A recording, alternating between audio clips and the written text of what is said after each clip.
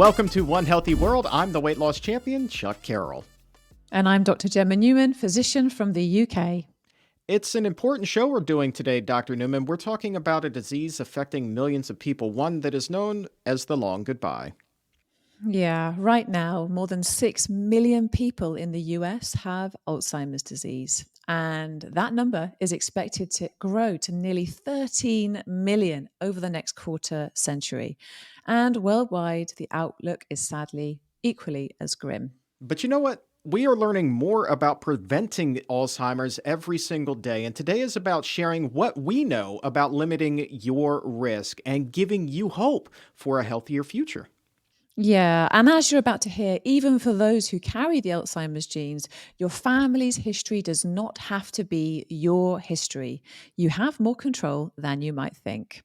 And here to explain is Dr. Chidi Ngwaba. Well, Chuck and Gemma, thank you so much, and it's an absolute privilege to be here.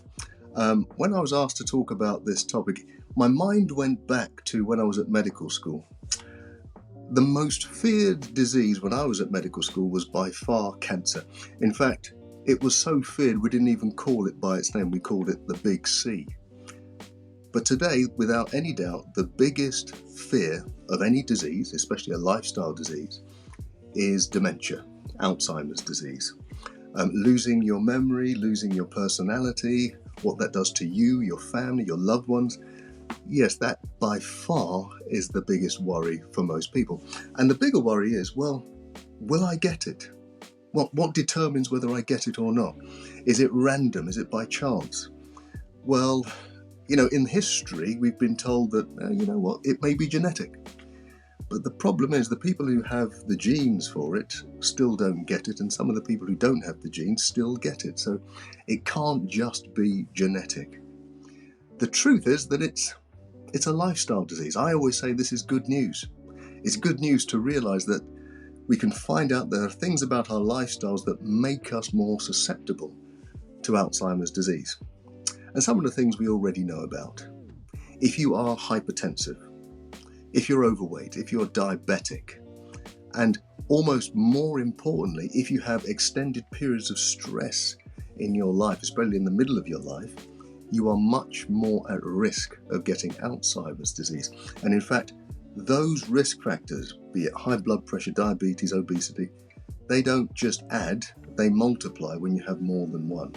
So those lifestyle ailments, if you like, those diseases of despair, they can cause this disease, Alzheimer's.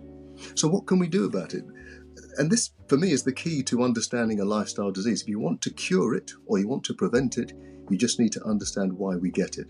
And with those big headings, high blood pressure, diabetes, obesity, stress, if you know the root causes, we can now start thinking about reversing them. And what the big things are. Okay, well, if you want to lower your blood pressure, what do you do? Well, yes, you do lots of things, but let me just give you a few tips. One of the things that you can do nutritionally is make sure you have a healthy plant-based diet, especially if you have lots of greens. The darker the greens, the better. What does that do? When we digest greens, they go into our bloodstream and they stimulate the interior of our arteries to release a chemical called nitric oxide. Nitric oxide opens up the arteries, allows more blood in. The more blood we get into our brains over the period of our lives, it reduces the risk of us getting Alzheimer's disease. It also lowers the blood pressure. By the way, just as an aside, that nitric oxide is the active ingredient in the drug Viagra, just so that you all know that. And people say to me, look, Dr. Chidi, yes, I want to get better, but don't give me any rabbit food. My answer is always the same. Rabbits don't need Viagra. I'll move on. Look, if you want to reduce your weight, because the weight is absolutely important for Alzheimer's disease, well, let's stay away from sugar. Sugar has two problems when it comes to Alzheimer's. Yes, it helps us gain weight. It makes us produce more insulin. Insulin hardens the arteries and all, and makes everything grow. But it also is inflammatory. And the one thing we don't want is for our nerves to be inflamed. So let's stay away from that refined sugar. Do not stay away from fruit. Fruit is absolutely fantastic for you. In fact, from the Framingham cohort study, I think back in 2020, there was a paper in the American Journal of Nutrition which stated that the more berries you have in your diet, those gems that are jam-packed with antioxidants, the more berries you have in your diet, and it was just talking about 2 portions per week, and we can do 2 portions per day, but 2 portions per week can lower your risk dramatically of getting Alzheimer's disease. So there's foods we should eat, there are foods we should avoid. Let's make sure we get enough rest. And if there was one final thing I was going to leave you with, it would be that stress in the middle of life that raises our risk of Alzheimer's, well, that can be eliminated by learning to forgive, learning to let go. Well, that's my summary of what you can do for Alzheimer's disease. And with that, I'll head back to the studio. Thank you. Thank you so much, Dr. Chidi, for helping us learn a little bit more about Alzheimer's and how we can prevent it. I've seen so many of my patients suffer from this debilitating illness. And of course, it's not just them that suffers, it's their families as well. People I look after have lost their loved ones twice over. The first time, their identities and memories, and of course, the second time when they sadly die as a natural consequence of this disease. And I think it's completely understandable that we are so scared of this illness. Did you know that even in the height of the pandemic, there was a survey that showed that many people said they were actually more afraid of developing Alzheimer's disease than COVID-19? I'd like to now share from a story from Dr. Neal Barnard, who tells us his own family's experience with Alzheimer's and what it taught him about preventative medicine. Over to you, Dr. Barnard. Well, thank you, Gemma and Chuck. And this is such an important topic, and I want to tell you really what it has meant to me personally. It was 2012 when my father passed away, and that was actually the day that his heart stopped beating. But the truth is he had, for all intents and purposes, died years before that. We lived in North Dakota, in the Midwest, and he had had a successful career, and he and my mom moved into a retirement home, and they were doing fine. And he started, though, to have little memory lapses where a word would drop out, or he couldn't remember the name of a movie, and just innocent kind of things, except it became more and more frequent. It became every day. And then his emotions started to not really fit. You could see that he was just not himself.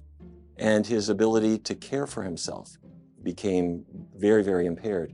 And as time went on, they had to move him out of the apartment he was sharing with my mother and stick him down the hall in a room by himself so that he could be cared for 24/7 by the nursing staff. And when I would go and see him, I could look at this face that I'd known all my life, but the spark behind it was gone, and the look of recognition was gone. And I started to think of how many people have dealt with the same thing. And in 2003, the Chicago Health and Aging Project brought out some findings that I started to think about in the context of my own family.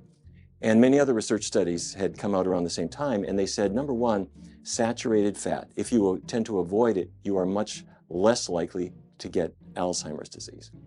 And people who tend to avoid too much iron, too much copper, aluminum, these toxic metals, if they avoided them, they would tend to do better. And there were many things that seemed to help to protect us. I began to reflect on my own life. Growing up in Fargo, my dad was in the cattle business as a young man. He left it, but I drove cattle with him and with my uncle to the stockyards at East St. Louis. I loaded up my 20-gauge shotgun and went with my dad to kill the geese and the ducks that would fly over. My mom would cook up bacon and save the grease to cook our eggs in. In other words, this was not a healthy, low saturated fat diet. This is the diet that sets you up for this kind of disease. Now, it's too late for my dad. It's not too late for you or me. And from all of this, I've drawn 5 points that I would have given to my younger self and to my dad and to everybody I knew. Number one, avoid the animal products because that avoids the main sources of saturated fat. Number two, avoid tropical oils. That's palm oil, coconut oil, palm kernel oil. Those are about the only plants that have a lot of saturated fat too. Number three, bring in the green leafy vegetables. Everybody neglects them, but they're not just rich in calcium, but the iron they have tends to be more absorbable if you need more, but less absorbable if you've got too much iron on board already. That helps you to avoid the iron excess, and they have omega-3s. Not a lot of fat, but what they have is proportionally high in omega-3. Greens are good. The next thing, lace up your sneakers. Exercise is a great thing to do. And if you're not exercising now, start easy. 30-minute brisk walk, do it every day, or maybe an hour 3 times a week. And finally, exercise the brain too. If we're just staring at the screen, not so good.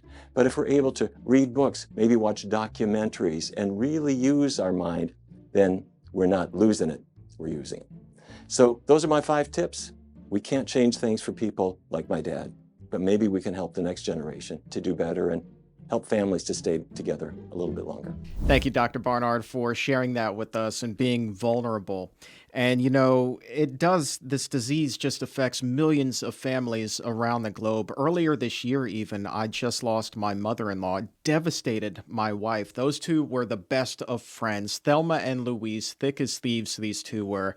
And it's just heartbreaking to hear that long goodbye, as this disease is called. And as Dr. Newman was talking about earlier in the episode, it is 2 goodbyes.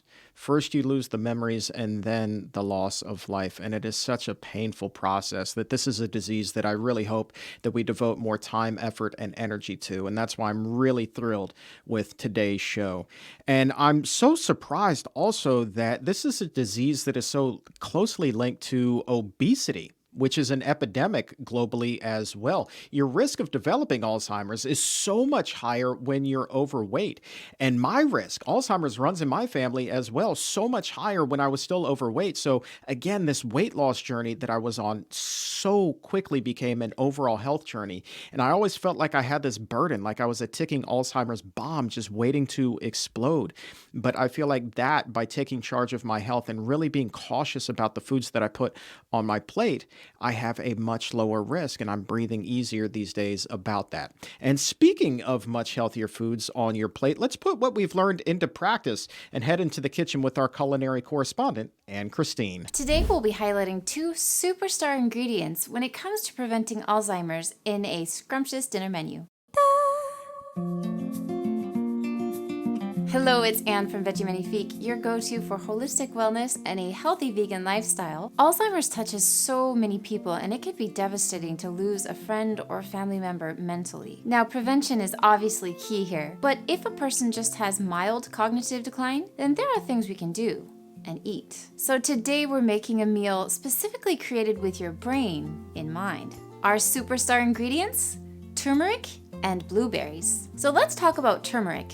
There's a much lower prevalence of Alzheimer's in India, and it's attributed to the turmeric in curry, combined with the fact that many Indians eat a vegetarian diet. Both curry consumption and a vegetarian diet are associated with better cognitive function. And the longer one eats meat-free, the lower the risk of dementia, which is such good news. Our next superstar is blueberries. Consistently eating blueberries improves memory in older adults and can mitigate brain degeneration, to the tune of, now listen to this, the consumption of blueberries is associated with delayed cognitive aging by as much as up to 2.5 years. Yowza. So let's get these superstars on the menu. So for dinner, we're making an easy Indian curry, chana masala, and for dessert, oh yeah, we're having a delicious, healthy blueberry crumble. Yes, eating healthy can be scrumptious. So first we're going to start with our blueberry crumble so that it can be in the oven while we're getting fancy with chickpeas.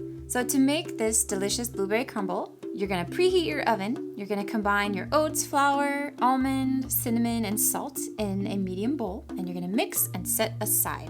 Then you're going to put your blueberries in a baking dish or a cake pan, and then set that aside. And then we're gonna combine our applesauce, maple syrup, almond butter, and vanilla in a small saucepan over low heat. So you're gonna pour this over the oat mixture and mix until well combined. And then you're gonna spread the oat mixture over the blueberries and bake for around 40 minutes. After 40 minutes, if you can bear it, wait 10 minutes for it to cool. And then I love to serve this with a yummy soy or cashew yogurt. So let's make our chana masala. So to make this chana masala, you're going to roast cumin seeds, cardamom, and bay leaf in a dry pan. You're gonna saute for a few seconds and then add the onions. Then you're gonna add some veggie stock, some salt, and saute the onions over medium heat. Then you're going to add your ginger garlic paste, or ginger and garlic, and saute for a few seconds. Then add in your tomato puree and mix. Add in the coriander powder, cumin seeds, turmeric, and the red chili powder. And then you're gonna mix it really well.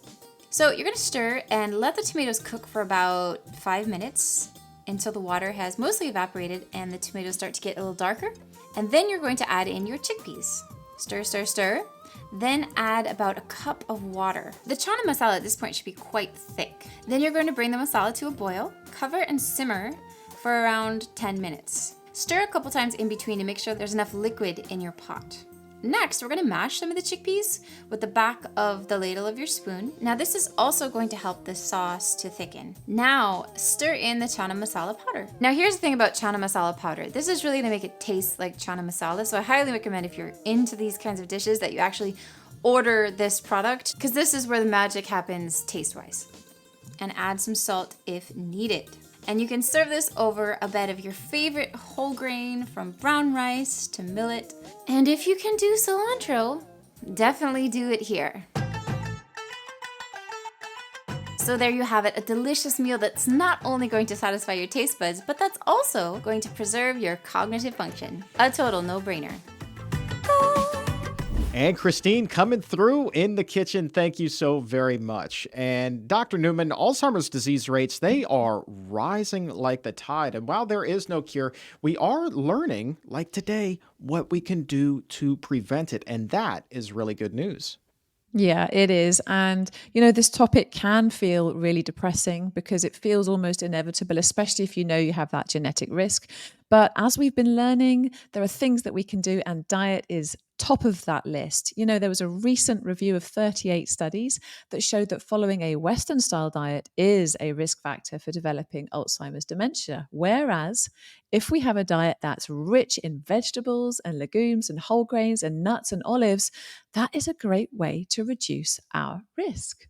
It's funny, you talk about the Western diet, also raises your risk for constipation for a lot of people. And there was another study out recently that showed that if a person is constipated, their risk of Alzheimer's goes up exponentially as well. So it kind of goes to show that you really need that healthy gut microbiome and for things to be flowing freely in order to keep that risk down as well. Is that surprising to you? That is not surprising for me, but is really fascinating. Chronic constipation has been associated with cognitive decline. And also, constipation in general is more common once you have Alzheimer's itself, as you may forget to drink enough fluids, and also you may suffer with food refusal and malnutrition, which is actually a part of the end stages of this illness as well. So it can have an impact both before you develop Alzheimer's and during the natural process of it. Certainly a lot more still to learn and a lot more still to come, but there are lots of reasons right now to be optimistic, as we learned on the program here today. Coming up on the next episode of One Healthy World, we're going to be talking about menopause, Dr. Newman. Yes, we are. And we'll be joined by Dr. Neetu Pajaikal and Margaret LaMarche, who went from hot flashes all day to putting out the flames just by changing her diet. We cannot wait to hear her secrets. So be sure to like this video and subscribe to us here on YouTube to make sure that you don't miss a single episode. And we will see you next time on One Healthy World.